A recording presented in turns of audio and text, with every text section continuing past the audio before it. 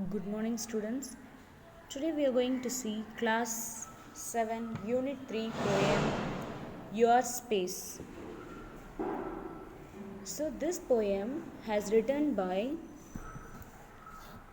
David Bates. So, first of all, we will start to look at the summary of the first two stanza. Okay.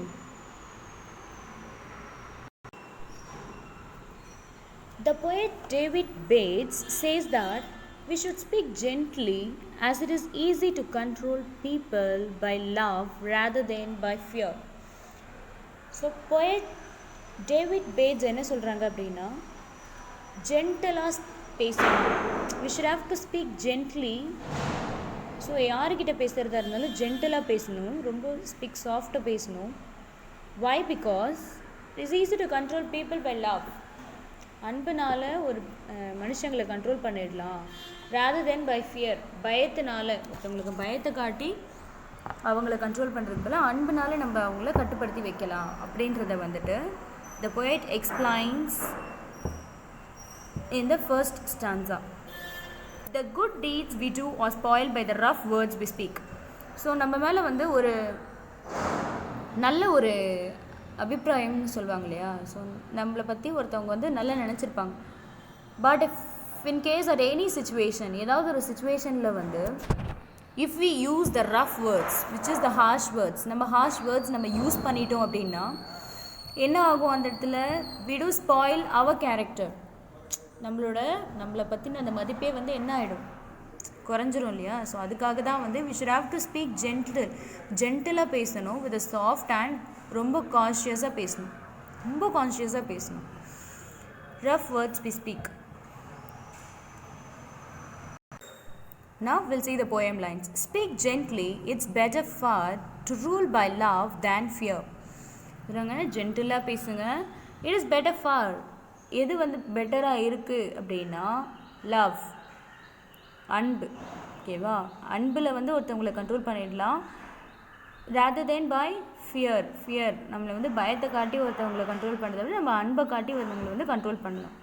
Speak gently, let not harsh words mar the good we might do here. So harsh words use பண்ணாமல் என்ன பண்ணலாம்? ஜென்டிலாக பேசலாம். If we speak harsh words அப்படின்னா நம்ம வந்து நிறைய நல்ல பேர் வச்சுருப்போம். பட் ஒன்ஸ் அட் எனி சுச்சுவேஷனில் நம்ம ஹார்ஷ் வேர்ட்ஸ் யூஸ் பண்ணிட்டோம்னா நம்ம மேலே இருக்க மதிப்பு என்ன ஆகிடும்? மொத்தமாக குறைஞ்சிடும். When promises of love are expressed in a low voice, it ties the truly loving hearts.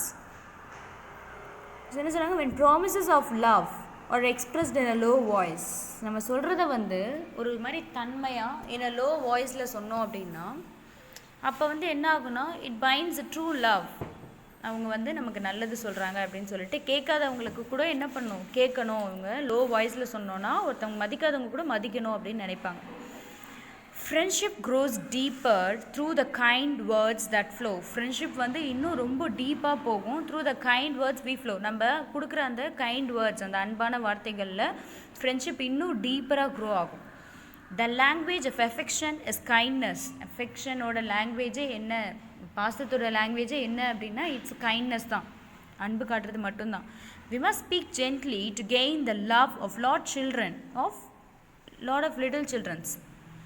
So ரொம்ப ஜென்டலாக பேசணும். யார்கிட்ட அப்படின்னா டு த லிட்டில் சில்ட்ரன் கிட்ட ரொம்பவே ஜென்டலாக பேசணும். Childhood period does not extend for a long time. ஏன் அப்படின்னா அந்த சைல்ட்ஹுட், அந்த குழந்தை பருவம் வந்து ரொம்ப நாள் வந்து இருக்க போகிறதில்ல. Does not extend for a long time வந்து எக்ஸ்டெண்ட் ஆகாது. நம்ம we are grown ups, so grow ஆகிட்டே இருப்போம் இல்லையா. அந்த சைல்ட்ஹுட் அப்படின்றது அந்த பருவத்தில் வந்து ரொம்பவே அந்த குழந்தைங்க கிட்ட ரொம்பவே ஜென்டில் சாஃப்டாக பேசணும். Hence we must speak caring and ரொம்ப கேரிங்காக இருக்கணும், கேரிங்காக பேசணும். Soft and mild words that they remember always. So அந்த குழந்தை பருவத்திலேயே ரொம்ப சாஃப்டாக மைல்டாக ஜென்டிலாக அந்த குழந்தைங்க கிட்ட நம்ம பேச ஆரம்பித்தோன்னா அவங்க வந்து த்ரூ அவுட் தேர் லைஃப், அவங்களோட வாழ்க்கையில் அதை என்ன பண்ணுவாங்க அப்படின்னா பின்பற்ற ஆரம்பிப்பாங்க. Okay, now we'll look at the poem lines.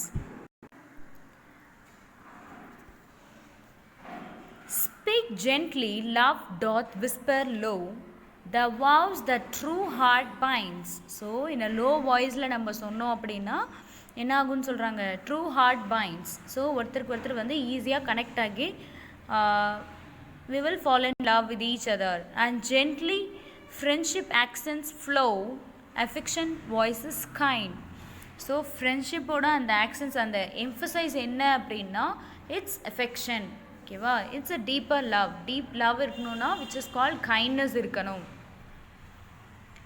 Kindness இருக்கணும் அப்படின்னு சொல்லிட்டு சொல்கிறாங்க. affection's voice is kind. Speak gently to the little child, its love be sure to gain. So மறுபடியும் வந்து இந்த குழந்தைங்களோட அன்பை வந்து நம்மளால் திரும்ப பெற முடியாது. பிகாஸ் குழந்தை பருவம் வளர்ந்துட்டே இருப்பாங்க இல்லையா, குழந்தையாகவே இருக்க மாட்டாங்க யாருமே.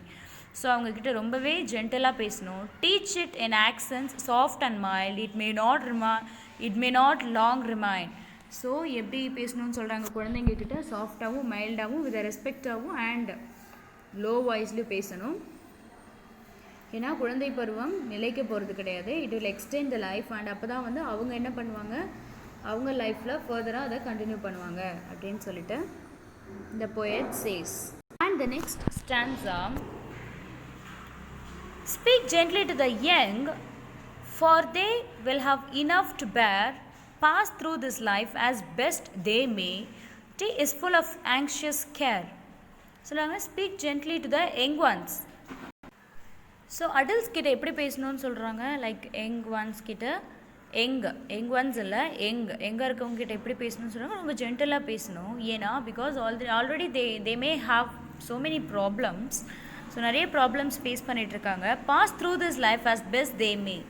ஸோ ரொம்ப என்ன பண்ணணும், கேர்ஃபுல்லாக பேசணும். Now we'll look at the summary. The youth and adolescents need gentle words as they already have burdens, worry, anxiety to undergo. We must help the youth pass their springtime in life in the best way, happily and successfully, by handling them with care, patiently and gently. So youth, adults கிட்ட எப்படி பேசணும்னு சொல்கிறாங்கன்னா ஜென்டலாக பேசணும். Because they have already so much of burden, நிறைய burdens இருக்கும், worries இருக்கும், anxieties இருக்கும். ஸோ எல்லாமே இது எல்லாமே அவங்க கடந்து வந்துட்டு இருக்க நேரம் அது அடாலசன்ஸ் அப்படின்ற age. We must help the youth pass their spring time in life. So நம்ம வந்து கொஞ்சமாவது அவங்களுக்கு ஹெல்ப் பண்ணணும். த பெஸ்ட் வே, ஹாப்பிலி, அவங்க எந்தெந்த விதத்துலாம் ஹாப்பியாக இருக்கணும் அண்ட் எப்படிலாம் வந்து சக்ஸஸ்ஃபுல்லாக இருக்கணும் அப்படின்னு சொல்லிட்டு நம்ம தான் கொஞ்சமாவது அட்வைஸ் கொடுத்து அவங்கள மோட்டிவேட் பண்ணணும். அண்ட் அவங்கள எப்படி ஹேண்டில் பண்ணணும் அடாலசன்ஸ் அப்படின்னா ரொம்ப கேரிங்காகவும், பேஷண்ட்லி, பொறுமையாகவும் அண்ட் ஜென்ட்லி, ரொம்ப சாஃப்டாகவும் அடாலசன்ஸை வந்து ஹேண்டில் பண்ணணும் அப்படின்னு சொல்லிட்டு the poet says for the adolescents. Next, speak gently to the aged one, grieve not the care-worn heart. The sands of life are nearly run, let such in peace depart. Grieve means be sorrowful. Already வந்து aged ஒன்னா வயசானவங்க இருக்காங்க இல்லையா, அவங்கக்கிட்ட ரொம்ப சாஃப்டாக பேசணும். ஏன் அப்படின்னா because already they may have some சில ப்ராப்ளம்ஸ்னால அவங்க என்ன பண்ணியிருப்பாங்க, they'll always be so sorrowful, always வந்து கவலையாகவே இருப்பாங்க. Chance of life are nearly run. So அவங்களோட வாழ்க்கை வந்து ஓடிக்கிட்டே இருக்குது. Let such in peace depart. So leave, depart means leave. அவங்க வந்து ரொம்ப பீஸாக அமைதியாகவே என்ன பண்ணலாம், இந்த உலகத்தை விட்டு போகிறதா இருந்தாலும் அமைதியாக சந்தோஷமாக போகிறதுக்காக அவங்களுக்கு நம்ம என்ன பண்ணணும், அவங்கக்கிட்ட ஜென்டிலாக பேசணும் அப்படின்னு சொல்லிட்டு சொல்கிறாங்க. So summary of the stanza. Next, the poet asks us to speak gently to the senior citizens, which is aged ones. Aged ones தான் senior citizens. Okay, அவங்ககிட்ட ரொம்ப ஜென்டலாக பேச சொல்லி poet சொல்கிறாங்க. Our words and actions must not make their tired and worn out heart more sorrowful. நம்ம use பண்ணுற அந்த கடுமையான வார்த்தைகள், அவர் வேர்ட்ஸ் அண்ட் ஆக்ஷன்ஸ், நம்ம செய்கிற அந்த செயல்களில் வந்து அவங்க என்ன ஆகிடக்கூடாது, டயர்ட் ஆகிடக்கூடாது, விச் இஸ் அவங்க வந்து ரொம்பவே சோர்ந்து போயிடக்கூடாது. அண்ட் வார்ன் அவுட் ஹார்ட் வந்து ரொம்ப அவங்க பிரேக் ஆகிடக்கூடாது, பிரேக் ஆகி அவங்க ரொம்ப கவலையாகிடக்கூடாது. நம்ம அந்தளவுக்கு ரொம்ப கேர்ஃபுல்லாக யூஸ் பண்ணணும் நம்மளோட வேர்டிங்ஸை. They have almost lived their lifetime. அவங்களோட வாழ்க்கையை ஆல்மோஸ்ட் அவங்க வாழ்ந்து முடிச்சிட்டாங்க. So we must help them live the little time left happily and peacefully. So இன்னும் இருக்க கொஞ்ச நாள் வந்து அவங்க ரொம்ப ஹாப்பியாகவும் பீஸ்ஃபுல்லாகவும் அமைதியாகவும் அவங்க வாழ்க்கையை வாழ்கிறதுக்கு நம்ம அவங்கக்கிட்ட ஜென்டலாக பேசணும், எந்த ஒரு ஹார்ஷ் வேர்ட்ஸும் யூஸ் பண்ணிடாமல் அப்படின்னு சொல்லிட்டு போயிட் வந்து சொல்லித்தராங்க. Then it's going to be about the poor people. இப்போ வந்து poor people, அதுக்கடுத்து poor people. Speak gently, kindly to the poor. Let no harsh tone be heard. They have enough, they must endure without an unkind word. Speak gently, kindly to the poor. Poor persons கிட்ட ரொம்பவே கைண்டாக பேசணும். Harsh tone எதுவுமே use பண்ணிடக்கூடாது. Enough time they must endure. They have, அவங்களுக்கு வந்து போதுமான அளவுக்கு வந்து என்ன இல்லை, டைம் இருக்குது. Without an unkind word. So we'll start summary of this stanza. So the poor people must not hear rough and unkind words, says the poet. So poor people வந்துட்டு rough and unkind word, harsh wordsம் and அவங்களுக்கு சந்தோஷம் கொடுக்காத எந்த வார்த்தையும் அவங்களுக்கு poor people கிட்ட சொல்லிடக்கூடாது. ஏன்னா they have already undergo some hardships due to lack of money, food, health, oppression, etc. So ஏன் அவங்க poor people அப்படின்னா they don't have money. They used to have lack of money. அவங்கக்கிட்ட மணி வந்து ரொம்ப கம்மியாக இருக்கும், ஃபுட்டு ஒழுங்காக இருக்காது, ஹெல்த் அவங்க நல்லா பார்த்துக்க முடியாது, அண்ட் தே மீன் பெட்டர் டிப்ரெஷனில் இருப்பாங்க ரொம்ப.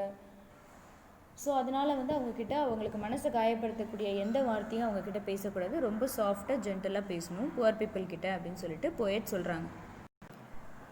Speak gently to the erring. No, they may have toiled in vain. Perchance unkindness made them so, or win them back again. இந்த ஸ்டான்ஸால் வந்துட்டு யார்கிட்ட வந்து ஜென்டலாக பேச சொல்கிறாங்க அப்படின்னா டு த கிரிமினல்ஸ் கிட்ட ரொம்ப ஜென்டலாக பேசுங்க. ஏன் வந்து they have become criminals அப்படின்னா toiled means worked hard, vain means producing no result. So they may have worked hard producing no result அப்படின்ட்டு சொல்கிறாங்க. நிறைய ரொம்ப ஹார்ட் ஒர்க் பண்ணியிருப்பாங்க, பட் அவங்களுக்கு ஏற்ற அந்த ரிசல்ட் வந்து கிடைக்காததுனால தான் அன்கைண்ட்னஸ் மேட் தேம் ஸோ அந்த ஒரு அன்பு அவங்களுக்கு கிடைக்காதனால தான், அந்த ஒரு கருணை அவங்களுக்கு கிடைக்காததுனால தான் வந்து அவங்க கிரிமினலாக மாறினாங்க. அதனால தான் வந்து சில தப்பான செயல்களை அவங்க பண்ண ஆரம்பித்தாங்க. ஸோ நம்மளோட அன்பான வார்த்தைகளால் அவங்கள to win them back again, அவங்கள வந்து திருப்பி வந்து அவங்கள நல்லவங்களாக கொண்டு வரணும் அப்படின்னு சொல்லிட்டு போயட் சொல்கிறாங்க.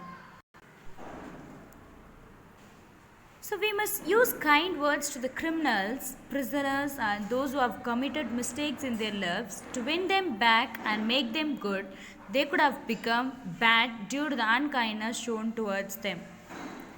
So we must use kind words to the criminals. Criminals கிட்ட ரொம்ப kind words யூஸ் பண்ணணும். பிரிசனர்ஸ்னால் ஜெயிலில் இருந்தாங்க இல்லையா, உங்ககிட்டையும் those who have committed mistakes in their lives to win them back and make them good.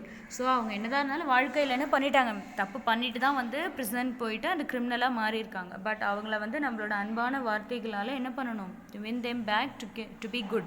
அவங்க திருப்பி நல்லவங்களாக இருக்கிறதுக்கு நம்ம தான் வந்து நல்ல வேர்ட்ஸ்லாம் யூஸ் பண்ணணும். ஒருத்தவங்க தப்பு செஞ்சுட்டு அவங்க தப்பு செஞ்சுட்டு அவங்க they went to prison means அவங்கள வந்து திருப்பி அதையே சொல்லி இன்னும் தப்பு பண்ண வைக்கக்கூடாது.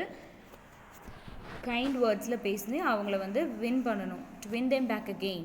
They could have become bad due to unkindness shown towards them. அவங்கக்கிட்ட unkindness வந்து அவங்கக்கிட்ட காட்டினதுனால தான் they could have become bad அப்படின்னு சொல்லிட்டு போயட் சொல்கிறாங்க. Speak gently, he who gave his life to bend man's stubborn will. When elements were in fierce strife, said to them, peace be still. Speak gently, this is a little thing, dropped in a heart's deep well. The good, the joy which it may bring, eternity shall tell. So we'll look at the summary.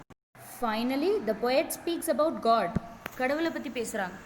When God travelled in a fierce, stormy sea, he commanded it to be calm and still and controlled the elements of nature. So the same God gave his life on the cross to mend man's sinful, stubborn mind. So we should speak to him gently in prayer. So கடவுள் என்ன சொல்லியிருக்காங்க அப்படின்னா ஸ்ட்ராமி C, இந்த புயலில் வந்து he commanded it to be calm and still. So எப்படி இருக்கணும் அப்படின்னா காமாகவும் அமைதியாகவும் and still control the elements of நேச்சரை வந்து நம்ம என்ன பண்ண முடியாது, கண்ட்ரோல் பண்ண முடியாது. So we should be calm The same God gave his life on the cross to mend man's sinful stubborn mind. So இதே தான் வந்து கடவுள் வந்து மனிதர்களுக்கும் வந்து stubborn mind அப்படின்னா ரொம்ப ஸ்டபனாக இருப்பாங்க மனிதர்கள். ஸோ கடவுள்கிட்ட வேண்டிக்கும் போது ரொம்பவே அமைதியாகவும் கருணையாகவும் அன்பாகவும் வேண்டிக்கணும். To conclude, the poet compares our hearts to a deep well. To conquer hearts, we must put kind and gentle words into it. Those words would bring joy and goodness that last till the world ends. So மொத்தமாக இந்த poet David bats என்ன தான் சொல்லியிருக்காரு இந்த போயமில் அப்படின்னா, should be more gentle to speak with others. ரொம்பவே ஜென்டிலாக பேசணும், ரொம்ப கைண்ட் வேர்ட்ஸ் யூஸ் பண்ணணும் அப்படின்னு சொல்லிட்டு சொல்கிறாங்க. அப்போ தான் வந்து நம்மளுக்கு வந்து ரொம்ப சந்தோஷம், ஜாய் அண்ட் குட்னஸ், நல்லது வந்து that last till the world ends, நம்ம கூடவே இருக்கும், நல்லது வந்து நம்ம கூடவே இருக்கும் அப்படின்னு சொல்லிட்டு த poet says. So with this notes, the poet completes this poem.